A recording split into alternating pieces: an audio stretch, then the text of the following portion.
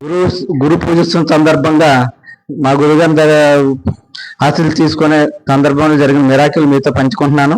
ఏంటంటే ఇంటి దగ్గర మా మా తమ్ముడు యొక్క మా మరదల గారు నేను వస్తున్న బండి మీద ఆమె సెల్ పెట్టేసి ఉన్నారు. బండి మీద అంటే సీట్ మీద కవర్లో కాదండి, బండి మీద సీట్లో పెట్టి ఉన్నారు. నేను బండే కాదని చీకట్లో గబగబా గురుగారిని కలాలనే ఉద్దేశంతో నేను బండి మీద వచ్చేసి పూర్తి తీసుకున్నాను. బండి దిగాను, పూర్తి తీసుకున్నాను, గురువుగారిని కలిశాను. కానీ ఇంటి దగ్గర నుంచి నాకు ఫోన్ వచ్చింది. మా ఫోన్ వచ్చి ఇలాగా బండి మీద ఫోన్ పెట్టాను తీసారా అని. నేను బండి కవర్ అయితే చూసిన కవర్లో కాదు, బండి సీట్ మీద పెట్టా అన్న. నేను గబగబా మళ్ళీ వెళ్ళి చూసినప్పుడు గురుగారు వెళ్ళి చూసినప్పటికీ నా ఎక్కడైతే బండి పెట్టారో అక్కడే ఉంది. అంటే బండి సీట్లో కాదండి, బండి మీద కూర్చుని సీట్ మీద పెట్టారు, కనిపించారు.